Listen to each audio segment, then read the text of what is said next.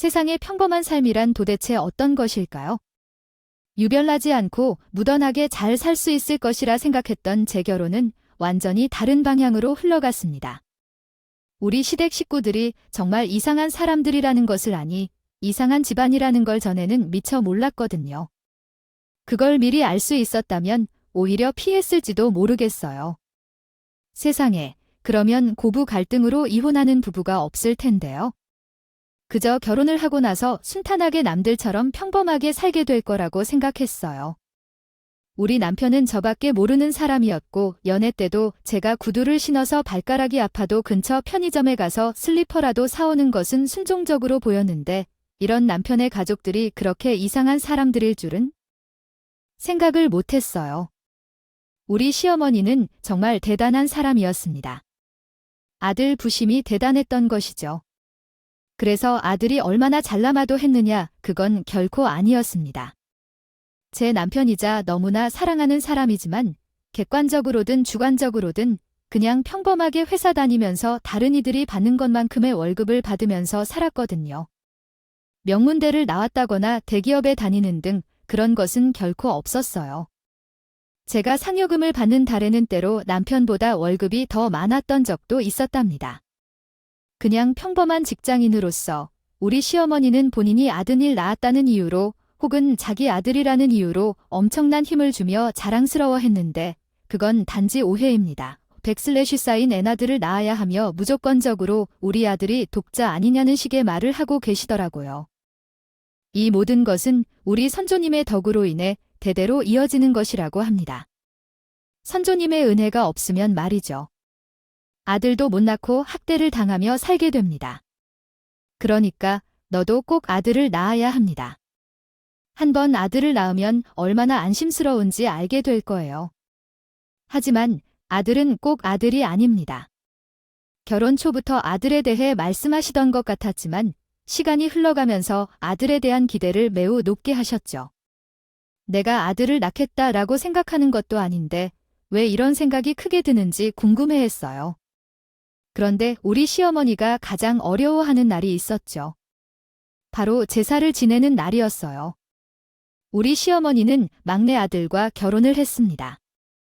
우리 시아버지는 막둥이 중에서도 막둥이였어요. 시할머니는 딸들만 이름을 계속해서 낳았는데 마지막으로 힘을 내어서요. 시아버지는 제 모친의 형이십니다. 그분부터 알려주신 적이 없지만 모든 잔신을 부름부름하는 것은 시어머니 혼자서 맡아오신 것입니다. 며느리라는 이유만으로도 부모님들이 정말로 까다롭게 대해주시는데 칠가의 여자로서는 시집가면 시댁에 뼈 묻어야 한다는 것을 알고 있죠. 우리도 각자의 집에서 모든 명절 준비를 해서 넘어가는 중이었어요. 우리 분가까지 나가서 역할을 해야겠다는 생각을 했지만 출가에 대해 언급하면서 아예 무시당하는 것을 보셨어요. 그렇다고 고모부들도 우리 시어머니의 일이었는데 시어머니의 유일한 자식이자 유일한 아들이 제 남편이 되어 제게 대물림되었기 때문에 결혼 이후에는 모든 역할들이 제게 맡겨지고 제 할 일이 되어버린 것이죠. 우리 시어머니가 전에 하시던 모든 역할들이 함께 내가 하게 되면서 플러스 입력된 텍스트. 천명절날 누구보다도 기쁜 모습으로 맞아줄 줄은 상한을 느끼고 도망쳐야 했는데 꿈에도 몰랐죠. 그냥 시어머니가 반가워하는 줄로만 알았어요. 천명절이고 친척들께 인사도 드려야 하니까 곱게 한복을 입고 갔다가 아주 명절 지옥을 맛보게 되었습니다. 하루 종일 기름 앞에서 전을 부치느라 몸에 기름 냄새가 배인 것은 물론이고 전을 쳐다만 봐도 토악질이 나올 지경이었습니다. 그때 듣던 전도 잘해. 이번에는 간이 진짜 딱 맞게 잘 됐네. 역시 젊은 사람이 전을 부쳐서 그런가 모양도 괜찮은 것 같고 말이죠. 예쁜 딸락도 잘 붙인 모양이라니. 아유, 형님, 예쁜 딸이라니. 떡두꺼비 같은 아들을 낳아야 하는데. 아니, 딸이 웬 말입니까? 부정타기 그런 말 하지 마세요. 하긴, 우리 집. 독자가 무조건 아들을 낳아야 하는 건 아니에요. 남은 것들은 소분에 싸서 우리들이 집에 가져가서 대화를 나누고 음식을 먹게 하려고요. 다음부터는 양을 좀 더 늘려야겠어요. 이 정도 양으로는 집에 싸갈 것도 없겠네요. 며느리, 잘 봤어. 렇게 애가 손맛이 어떤지, 전을 싸나라 맛이 어떤지 평가지를 오지게 하면서 수고했다는 말은 한마디도 안 했어요. 우리 시어머니는 배알도 없으신가 봐요. 그런 고모님들 비율을 맞추면서 전을 나눠들고 계셨고요. 모든 명절이 끝나고 삭신을 쓰셔서 계신 것 같아요. 그런데 우리 시어머니도 제게 고생했다는 한마디 없는 거 있잖아요. 어찌나 서운한지요. 예전에 한번 해봤더니 생각보다 별거 없지 않았어요. 앞으로는 매번 이렇게 명절에 제사를 지내서 그 점점 더 되게 될 것 같아요. 익숙해질 것이다. 나중에는 안 보고도 글을 쓸 줄 알아야 해. 이번에 양을 일부러 적게 해놨더니 고모님들이 바로 한마디씩 하시더라. 다음에는 양도 더 늘려야 하니까 더 빠르게 처음 붙여야 해. 혼이 빠져있는 제게 다음 명절 이야기를 하는데 정말 도망치고 싶다는 생각이 굴뚝같이 들었어요. 이런 고생을 하려고 결혼한 것도 아닌데 여기서 왜 이런 취급을 받아야 하는지 생각도 들고 그저 멍하니 신혼집으로 돌아와서 우리 남편이 제게 무릎을 꿇고 사과를 하더라고 해요. 내가 도와주려고 했는데 결혼 후 처음으로 맞이하는 명절이라서 친척 어르신들에게 붙잡혀 있다가 돌 수가 없었어요. 당신을 고생시키려 한 적은 없었는데 정말 미안해요.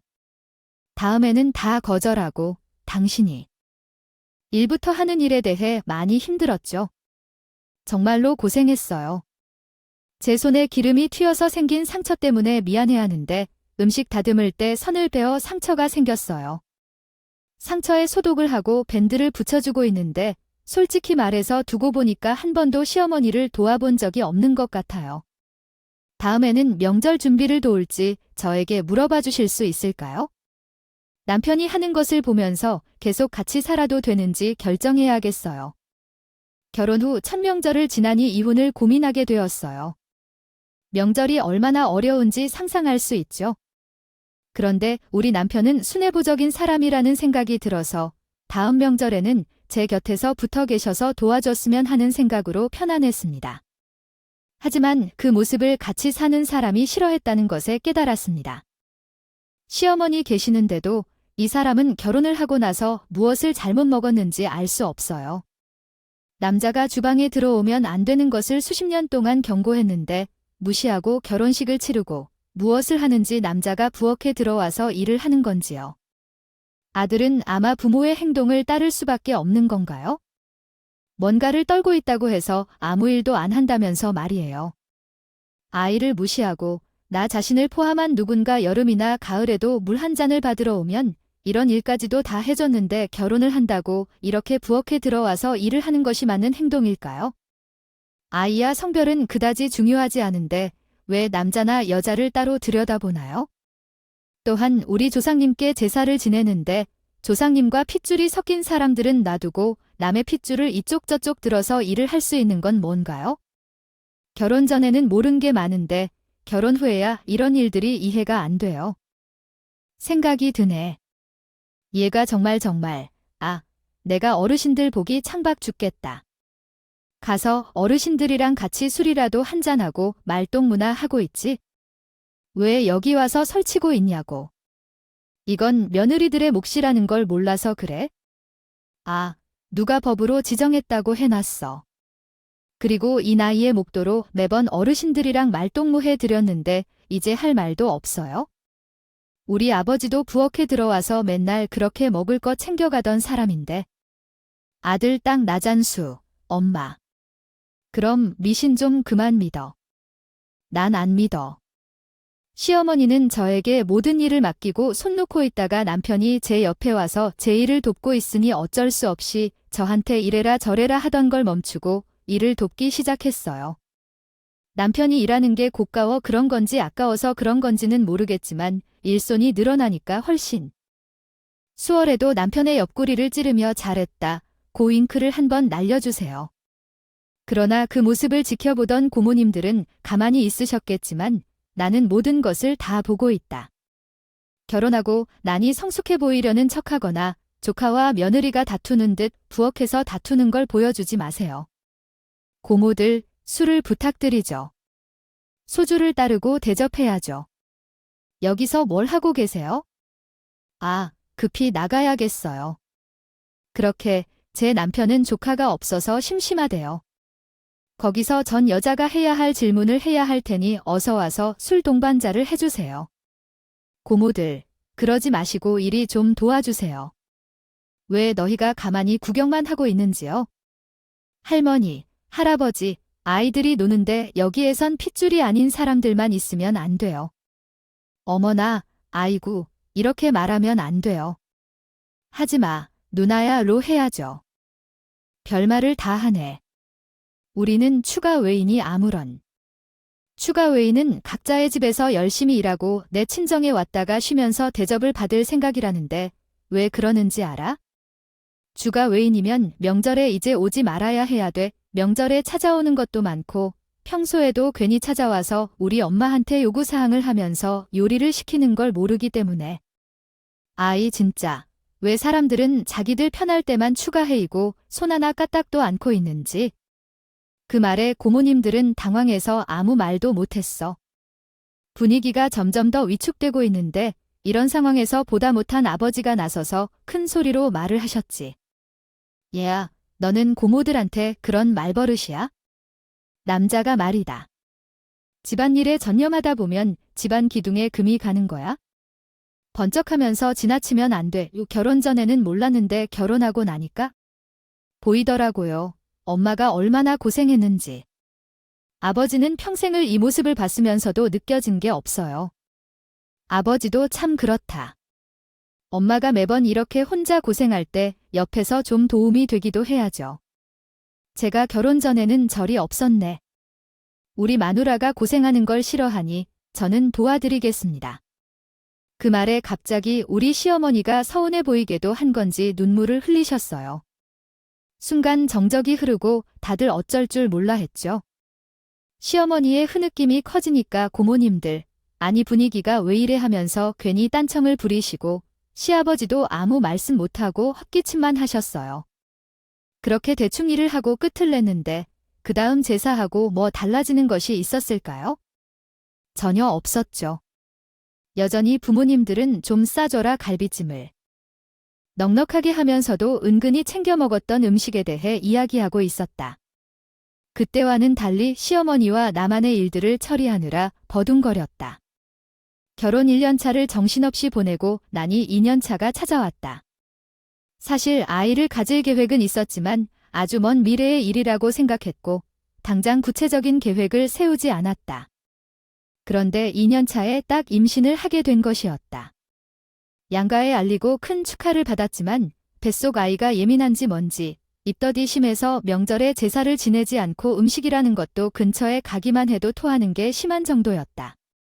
그렇게 좋아했던 떡볶이조차 역겨워 보였기 때문에 임신 후에 다들 살이 찐다고 하는데 나는 살이 쭉쭉 빠지더라. 명절이 다가오고 있지만 입덧은 나아질 줄 몰랐다. 기미도 안 보이고 일주일에 한두 번씩 링거에 만나 병원에 가야 할 정도로 몸이 좋지 않았어요. 어머니는 이번 명절에는 아무래도 와이프 몸이 너무 안 좋아서 못 갈 것 같아요. 그냥 집에서 쉬는 게 좋을 것 같습니다. 저는 제사 지내는 시간에만 잠깐 들려볼게요. 뭐야, 아이 그 입도시가 심해 보이네.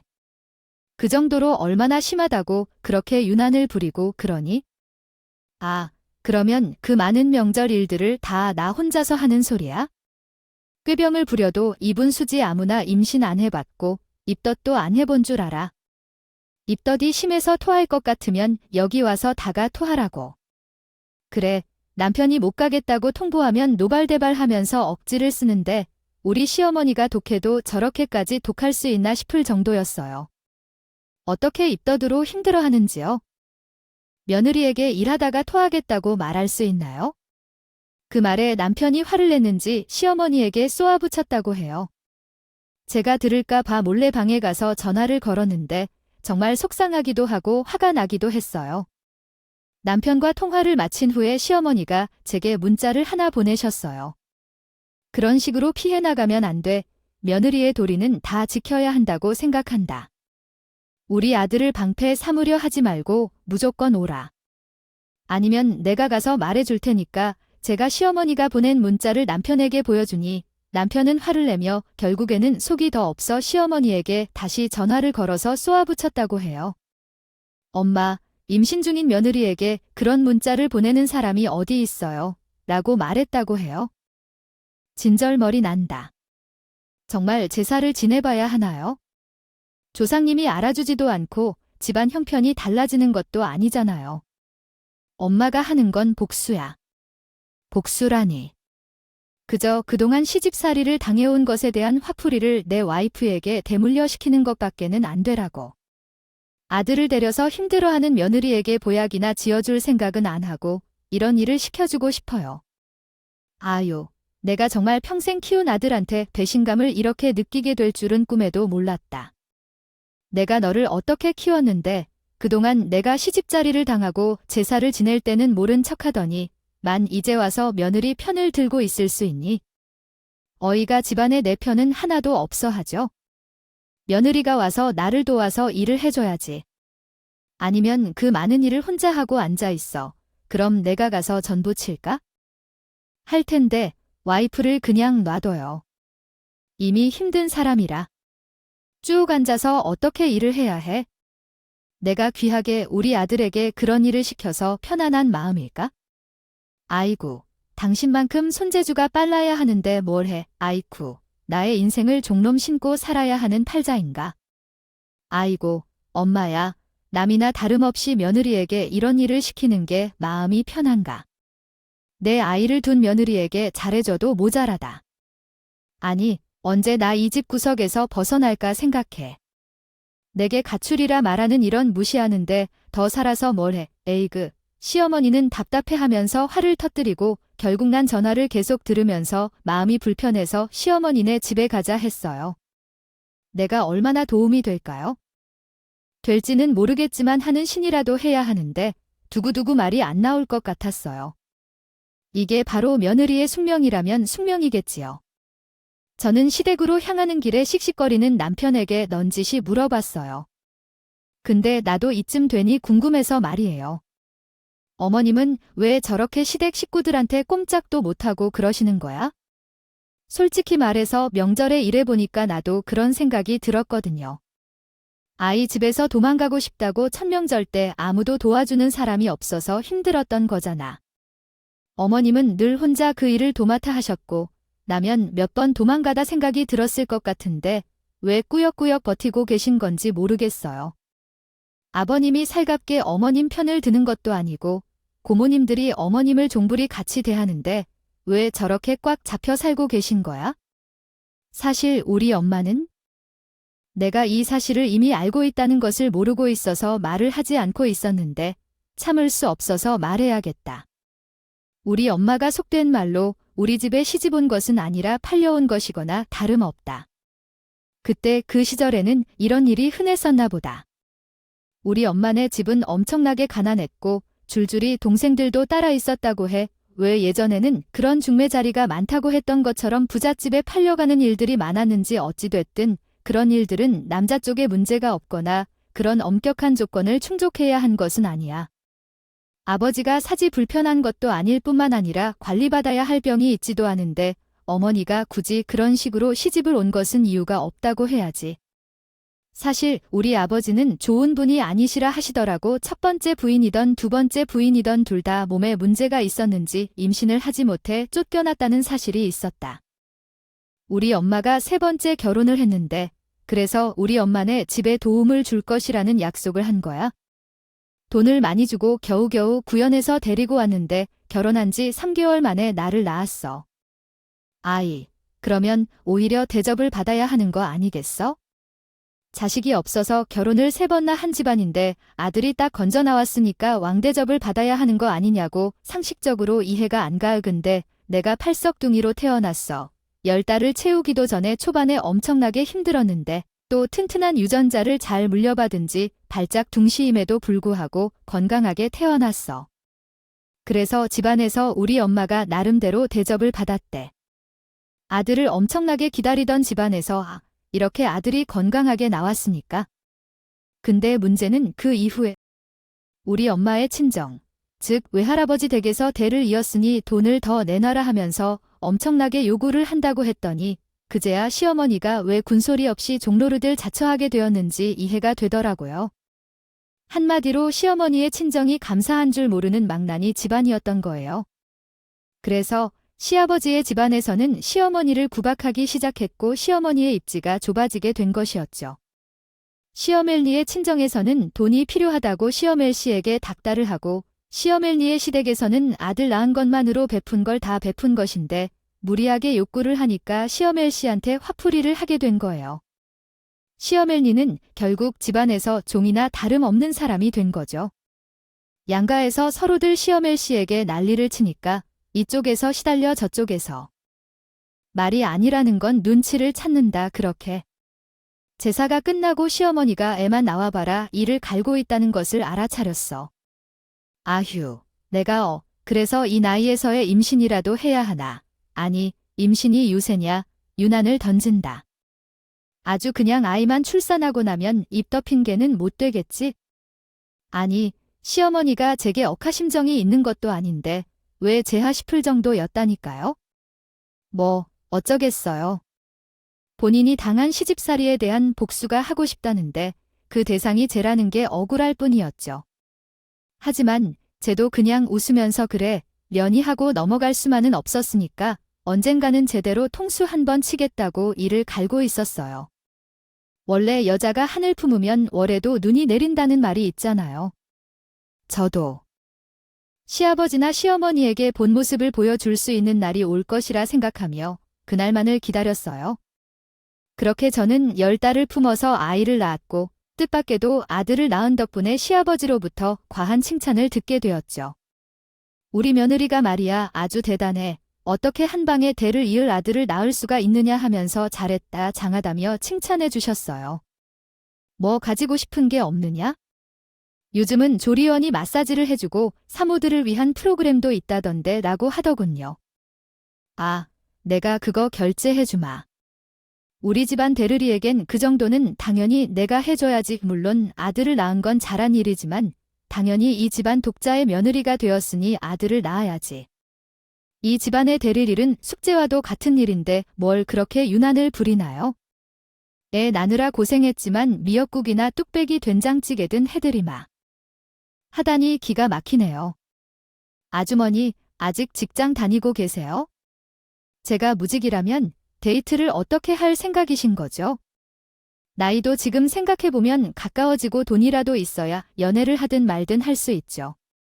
아이 재수 씨, 왜 이렇게 생각이 편한지요? 남녀 사이에서 데이트할 때 남자만 돈을 내는 법이 있는 것 같아요. 제 유머 감각이 좋은 편인데 한번 만나보면 홀딱 빠져버리지 않을까요? 아주 언니, 그것도 얼굴이 어떻게 생겼느냐에 따라 가능한 일이니까요. 관리도 안 하시고 너무 양심이 없이 말씀하시는군요. 전 몰라요. 그 애는 결혼할 남자친구가 있는 사람이에요. 그렇게 예쁜데 남자친구가 없을 리가 없겠죠. 다 임자들이니까요. 아주머니는 다른 곳에서 찾아보셔야 할 것 같아요. 네, 그럼 그 친구 좀 봐주세요. 예비 신랑에 대해 언급하는 내용인데 몇 번이나 했는지 기억이 잘 나지 않아요. 직업에 대한 이야기를 했던 것 같은데 잘 기억이 나네요. 그분은 직업이 부자라더라고요. 그 친구는 우리와는 세상이 다른 세상에서 사는 것 같더라고요. 임자 있는 사람인데 어쩔 수 없죠? 형이 그냥 밥을 먹으러 가자고 제가 할 말이 없어서 그냥 밥그릇에 코를 대고 밥을 먹었다니까요. 남편이 옆에서 도와주고 있다면 그 친구의 예비 신랑이 얼마나 잘난 사람인지 말하지 않았더라면 제 휴대폰에서 몰래 번호를 훔쳐갈지도 모르겠어요. 사실 제 친구는 남자친구도 없어서 제가 사실로 말하지 않으면 안 돼요. 누가 봐도 부끄러운 우리 어머님 있어요. 제가 친구를 소개해줬다고 했는데 영원히 친구들 사이에서 왕따 당할 것 같아요. 당할 일 있겠어요. 그것도 이 나이에. 아주머니가 아쉽다고 입맛 다시는데 역겹더라고요. 우리 시어머니가 얼른 가자고 등짝 때리니까 그제야 빈등록하고 있었다가 움직이더라고요. 끝까지 아주 제 친구들 괜찮던데 누구 하나 솔로 없냐고 물어보는데 남편이 가라고 가라고등 떠밀었지? 근데 문제는 그 뒤로 종종 아주버님이 재수씨가 해준 갈비찜이 너무 맛있어서 입에 맴돈다고 갈비찜 좀 해주면 안 되냐고 난리를 치기 시작했다는 것이었어요. 아, 제가 또 요리를 좋아하고 요리를 자주 하니까 주말에 반찬 같은 거 만들면 가끔 시댁에도 가져다 드리고 그랬거든요. 근데 그걸 아주머님이 다 처먹는다고 하더라고요.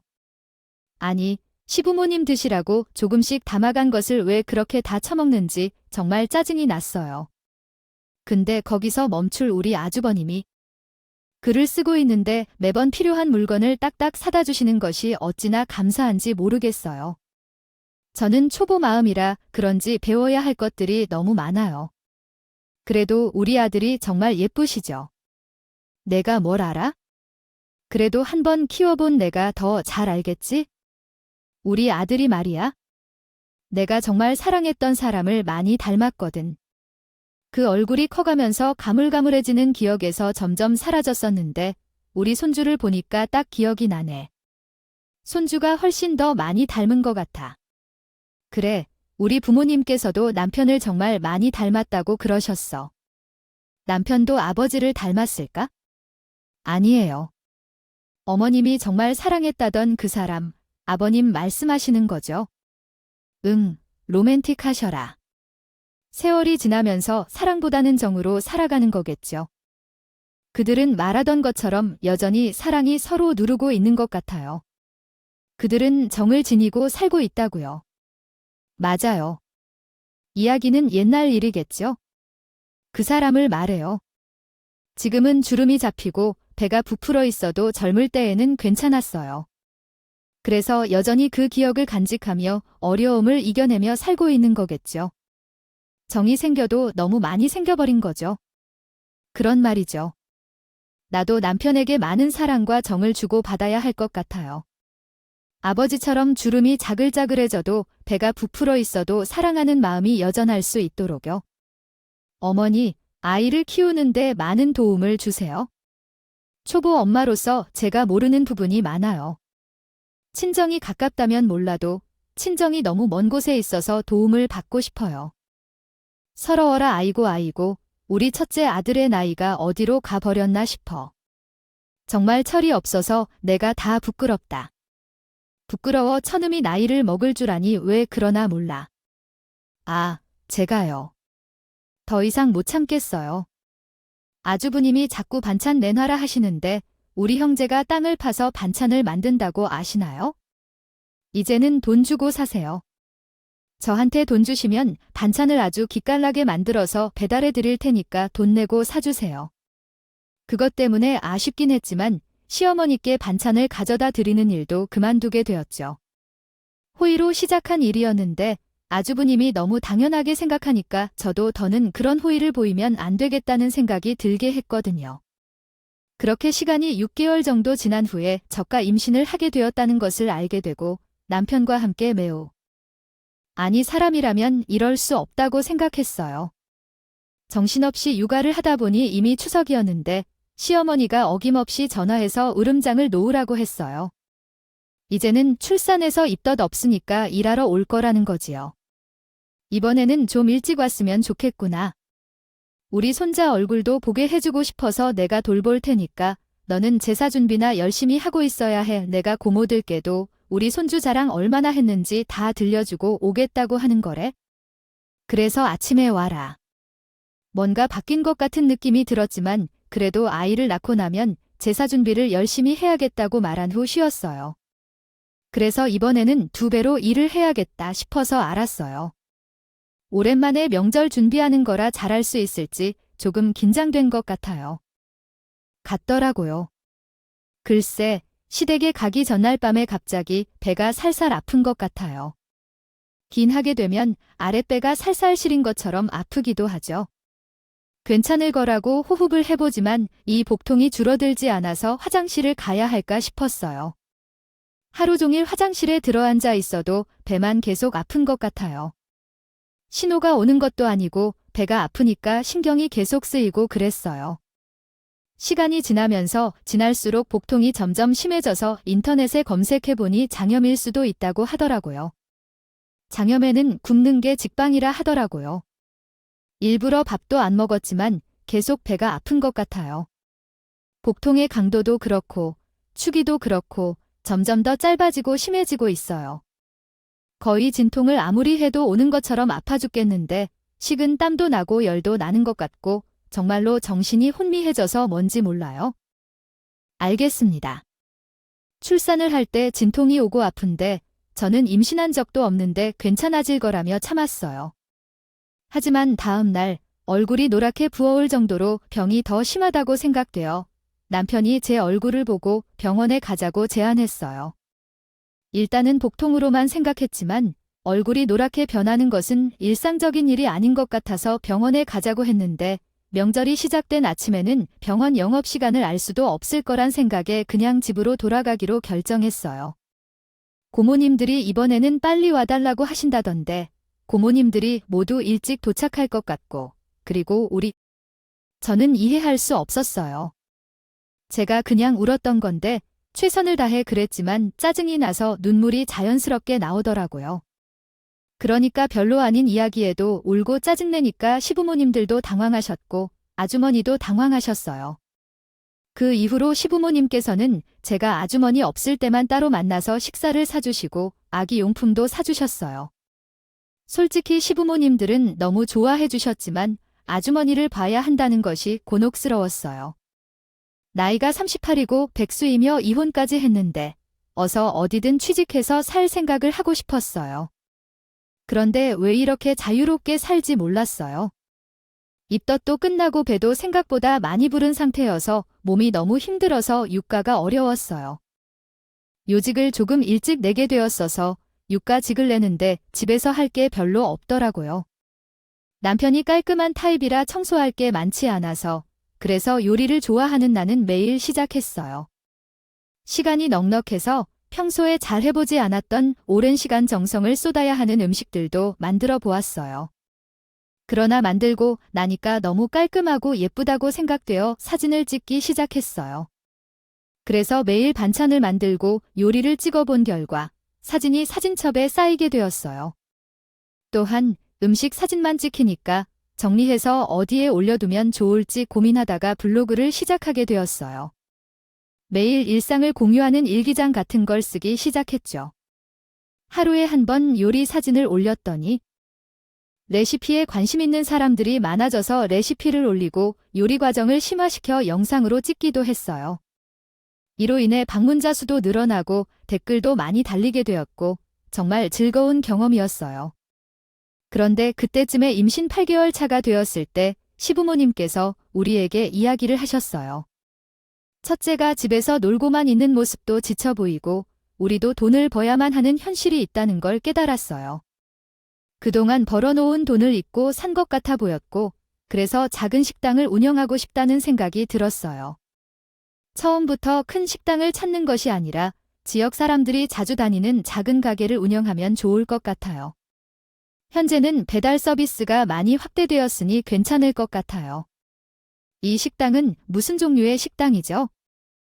아니에요. 제가 아니라도 엄마와 아빠는 장사를 못할 것 같다고 해서 어디 맨날 자신들한테 무료로 베풀기만 하다가 장사를 다 말아먹을 거야. 장사는 아주 철저하게 준비해야 해요. 칼같이 그런 일에는 나의 전 부인이 잘해왔던데 뭐가 어쩌고 어쩌라고. 너가 나가서 돈을 벌어오는 것도 아니고 생활비 한 푼을 부담하는 것도 아니지만 엄마와 아빠를 위해 먹고 사겠다고 하는데 돈을 벌겠다고 하는 너는 그런 말할 자격이 없어. 이렇게 저렇게 권유를 생각하지 마라. 가게를 오픈하면 와서 설거지라도 해라. 집에서 언제까지 빈손으로 살아가는 거겠어? 돈을 보겠다 시어머니가 그렇게까지 화낸 건 처음이라서 좀 당황했어요. 항상 큰 소리를 질러댔던 분이었어요. 어쨌든 시부모님은 가게 자리까지 계약을 모두 마쳤다면 식당을 오픈한다고 하셨고 저는 그 가게 오픈하기 전에 출산을 하게 되었어요. 출산 후에 조리원에 갔다가 육아를 하면서 시댁에서 운영한 식당에 한 번도 가보지 못했는데 그게 처음 마음에 걸렸어요. 아마도 갓난아이를 키우기 때문에 나가는 게 어렵더라고요. 그러다가 시부모님이 운영하는 식당에 가서 잠깐 밥을 먹고 올 수도 없는 상황이었어요. 제가 간다면 좀 도와드리고 해야 해서요. 그런데 아이 때문에 움직이기가 쉽지 않았으니 시부모님도 이해해 주셨어요. 그래서 오픈한 후에 한동안 식당에 가질 못했어요. 아, 그리고 우리 아이가 자주 아팠거든요. 토를 자주 했기 때문에 밖에 나가기가 힘들었어요. 언제 다시 토를 할지 모르니까 준비하고 다녀야 할 물품들도 다른 아이들과 비교해서 2배나 3배였고요.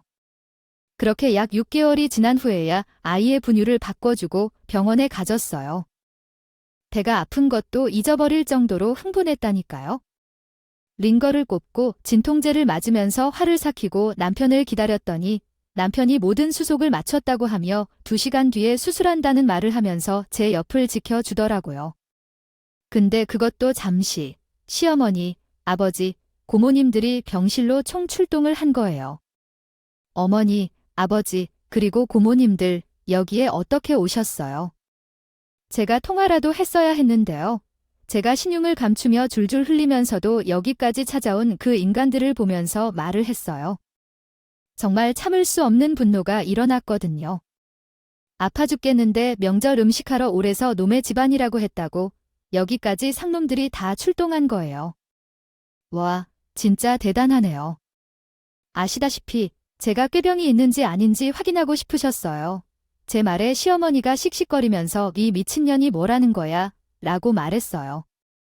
음식의 메인 요리가 6가지가 있었어요. 상차림을 받았지만 음식을 먹어보니 왜 장사가 안 되는지 알겠더라고요. 음식들은 합이 안 맞고 간도 세고 무엇보다도 플레이팅이 너무 별로였어요. 각양각색으로 화려한 그릇들 덕분에 오히려 반찬이 죽는 느낌이 들었답니다. 이전에 요리를 하면서 블로그를 운영한 경험이 있어서 이런 감각이 살아났어요. 시부모님께 솔직하게 말을 해야겠다고 생각했어요. 어머님, 아버님, 제가 솔직하게 문제점을 이야기해도 괜찮을까요? 지금 이 음식들은 먹기 싫은 플레이팅이라고 생각해요. 제가 주방에 들어가서 다시 구성을 해봐도 될까요? 그러자 그래, 아이, 그래. 우리 며느리 음식 솜씨가 워낙 좋기도 하고 하니까 아이, 한번 해볼래? 우리가 감각이 떨어지는 것일까요? 아니면 음식의 맛이 별로인 것일까요? 손님들이 2번은 오지 않는다면 저는 반찬을 최대한 메인 요리와 어울릴 수 있게 간단하게 만들고 자극적이지 않은 것들로 준비했어요. 반찬의 색이 메인 요리를 해치지 않아서 훨씬 어울리더라고요. 문제는 반찬만 있는 게 아니에요. 메인 음식이 더 돋보이는 그릇들이 있다면 좋을 것 같고요. 지금보다 더 큰 사이즈가 있으면 좋을 것 같아요. 혹시 시간이 괜찮으시다면 같이 그릇 쇼핑을 하러 가실래요? 시간을 내서 동주방거리를 돌며 함께 그릇 쇼핑을 한 뒤 며칠간 식당을 닫고 반찬 메뉴를 개발하고 리뉴얼하여 싹 오픈했어요. 훨씬 깔끔해진 것 같아요.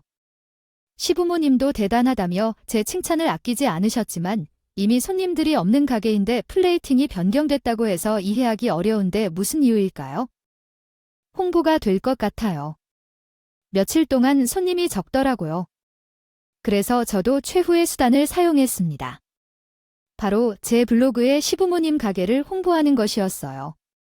거기다가 그러면 안 되지만 맘카페에다가 슬쩍 가게 관련 없는 척하면서 글을 몇 번 썼더니 소문이 퍼지고 손님들이 궁금해서 찾아오기 시작했어요. 육아 유식 중이니 아이를 친정 엄마께 맡기고 자주 찾아가서 손님들의 의견도 듣고 의견을 반영할 수 있는 메모장도 만들어 놓았어요. 음식 맛도 재정비하고 플레이팅도 시부모님이 잘할 수 있게 계속 칭찬했어요. 한 3개월 동안 매일같이 가게에 나가서 일을 받았고 지금은 오픈한 지 얼마 되지 않았지만 손님들이 찾아오는 것 같아요. 하지만 이러다가 분명히 손님이 줄어들 거니까 여기 가게 새 가게를 얼른 찾는 게 이득일 거예요. 아, 흑자도 아닌 가게를 언제까지 유지할 생각인 건데 정말 답답했습니다. 그러나 저와 시부모님은 아주버님의 말을 무시하고 가게 운영에 열심히 노력했어요. 그렇게 하다가 제가 복직해야 할 시기가 왔는데 사실 우리 아이가 자주 아프기도 했고 둘째를 가질 마음도 있었거든요. 그리고 시부모님 가게에 출근하면서 요리하는 재미도 많이 느꼈어요. 가게가 변화하는 걸 눈으로 확인할 수 있었고 그래서 남편과 상의한 후에 퇴사하고 시부모님 가게에 매달렸습니다. 그런 식으로 1년이라는 시간을 투자한 결과 시부모님 가게가 핫플레이스가 되었습니다. 메뉴가 나오면 사진을 찍는 사람들이 늘어나고 온라인으로 소개되기도 했죠. 동네 작은 식당인데 소문이 퍼져나가는 것을 목격했습니다.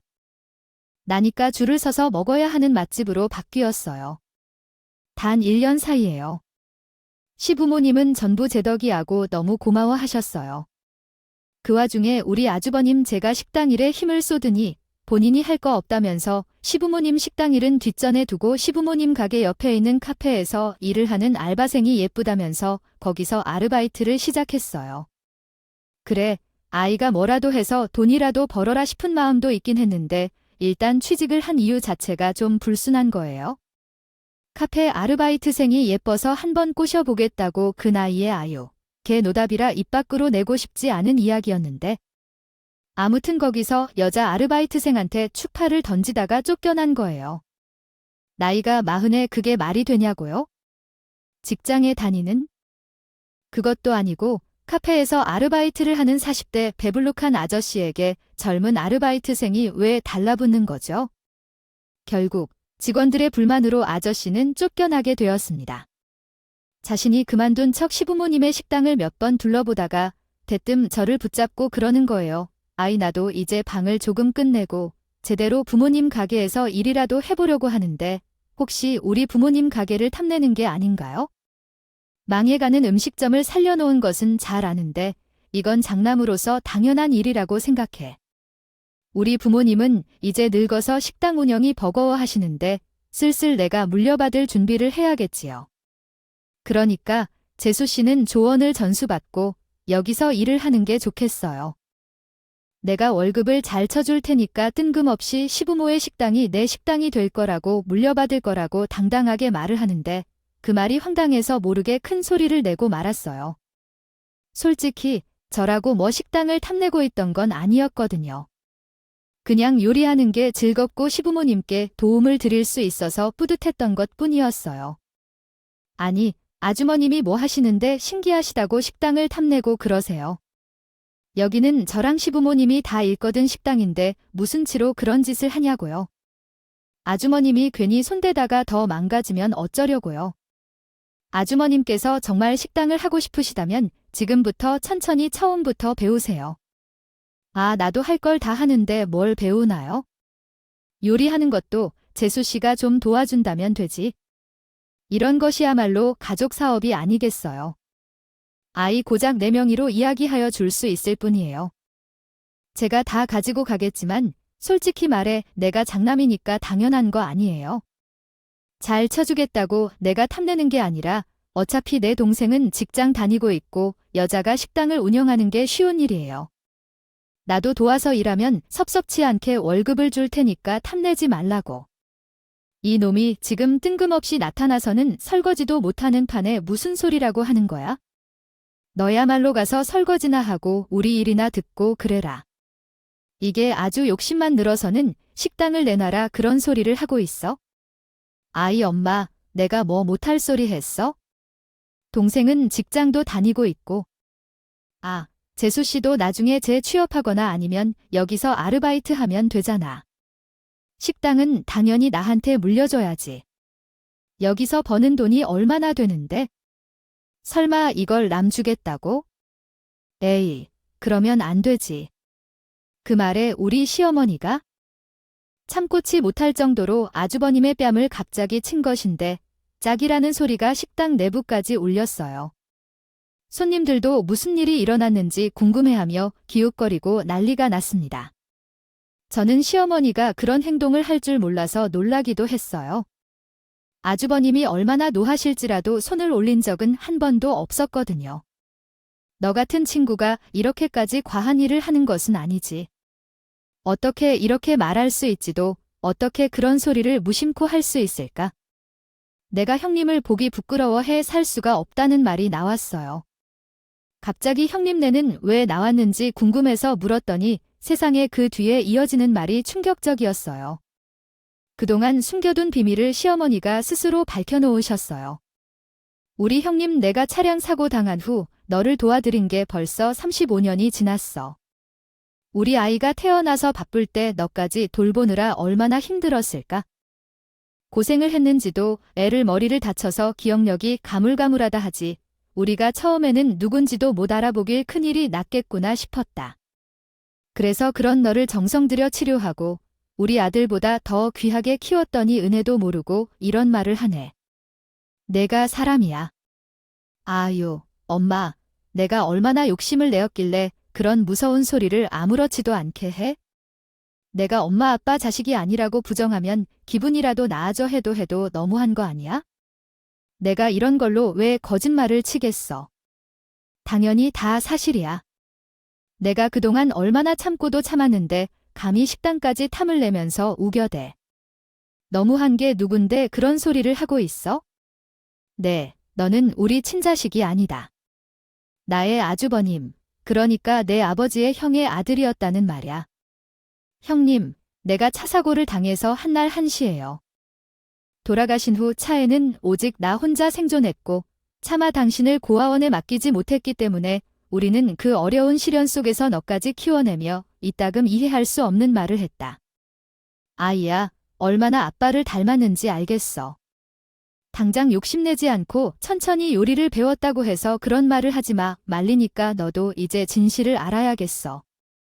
우리는 아들을 낳고 그러는 도중에 너를 돌봐 키웠고 사고로 기억이 불완전한 너는 우리를 부모로 생각하고 믿고 따르기 시작했다. 우리도 내가 상처받을까 봐 일부러 하는 게 아니었고 그냥 믿고 살게 내버려 두었어. 우리가 키우면서 한 번도 차별한 적 없었는데 이렇게 숲속에서 더 이상 기다리기를 잘할 줄 알았겠니? 아휴, 정말 속이 상해서 나는 원래 친자식이 아닌 것 같아. 즉, 나는 큰 아들이 아니라 큰집 아들이었다는 얘기야. 우리 부모님은 이미 돌아가셨고 어떻게 이런 것을 나에게 숨길 수가 있었을까? 너를 위해 그렇게 했다고 생각했으니까 그랬지만 우리가 잘못 생각한 게 분명해. 이렇게 멍청하게 잘하려고 했으면 징징의 진실을 말해주고 눈치라도 살피도록 만드는 게 필요했어야 했어. 아유, 우리가 잘못했다. 엄마야. 그래도 나는 자식이라는 것이 변하지 않아. 아, 내가 엄마를 용서할게. 그동안 나를 속였지만 그래도 나는 너를 용서할게. 식당에서 일하기 위해 배울 수 있으면 뭐 어차피 재수 씨가 도와줄 테니까. 그러니까 앞으로도 아무 걱정하지 말고 나에게 물려주면 돼. 이 말이 무슨 소리인지 이해할 수 없어. 내가 왜 선을 긋고 왜 그런 말을 하느냐. 그래서 그만둬야 했어. 우린 너를 더 이상 뒷바라지 하지 않겠다고. 그동안 해준 것으로 충분하지 않냐? 이런 말을 하고서 어떻게 자신들의 의무를 다하려는지. 너는 내가 밀어줄 줄로 생각하는구나. 그래, 양심도 없이 앞으로 취직을 찾아봐. 그리고 집을 나가 독립하고 이혼할 거라니. 언제까지 집에서 게으르게 지내려고 하는 거야? 너의 마음이 망가지기 전에 제대로 살아. 아이 엄마도 아니라 내가 널 이렇게 기르고 싶었는데 어떻게 한순간에 독립하라는 말이야? 이렇게 키워줬는데 갑자기 독립하라고 말하는 건 어떤 이유인지. 어디로 가라고 내가 알아야 하니? 나이가 많아져도 그 자체로 키워야 할 일은 다 했지 않았어? 거지 형님, 내가 너한테 뭐 넘겨준 것도 없는데 내가 왜 이렇게 답답한 놈을 데리고 살아야 해? 아, 당장 취직 자리 알아봐서 취직해서 내 조취하는 거야? 엄마, 갑자기 내 조취면 어떡하라고? 나한테 집을 구할 시간이라든가 아니면 취직을 할 시간을 주어야지. 이 나이에 내가 제대로 된 경력도 없는데 어딜 취직해. 그러니까 미리미리 준비를 했어야지. 3개월 주면 3개월 뒤에는 죽이 되든 밥이 되든 내 짐 싸서 내쫓을 거니 그런 줄 알아. 아유, 꼴도 보기 싫다. 우리 식당에도 오지마. 그 말에 마치 벼락이라도 맞은 것처럼 입 벌린 아주님은 기가 팍 죽어서 그대로 사라졌어요. 뭐 당장 갈 곳이 없으니까 시댁으로 가야 했겠지만 충격이 아마 말도 못할 거라는 생각이 들긴 하더라고요. 그날 남편은 지금은 시댁 식구들과 연락을 끊고 살고 있습니다. 시어머니가 사라진 뒤 고모님들이 연락을 취하며 제사에 관한 이야기를 꺼내자 남편이 욕설을 퍼부었어요. 저는 시간이 흐른 뒤 남편에게 친아버지를 찾고 싶지 않냐고 물어보았지만 시어머니와 편지를 통해 연락한 결과 그 남자도 시어머니가 결혼한 후 2년 뒤 결혼했으며 그 이후로 연락할 수 없다고 하더라고요. 요즘 세상에서는 찾을 수 없는 것이 없지만 남편이 찾고 싶어 하지 않는 것 같아서 더 이상 말하지 않기로 했어요. 저희는 아픈 일을 묻어두고 아들과 함께 새로운 시작을 위해 노력하기로 했습니다. 이제 남편과 저는 정말 가족만을 챙기고 모든 굴레에서 벗어나 살아가기로 했어요. 우리 가족의 미래를 응원해 주시길 바랍니다. 있었지만 그래도 깜박거리지 않는 부모님께서는 달력에 3개월이나 디데이를 적어주셨다고 해요. 하루하루 X 표시를 해가면서도 그걸 보면서도 아주버님은 정말로 고민하고 계실 것으로 생각됩니다. 이번에야말로 무조건 재쫓겠다고 하시는데 제발 아주님 울고불고 빈다고 해도 결코 받아주지 않으셨으면 좋겠어요.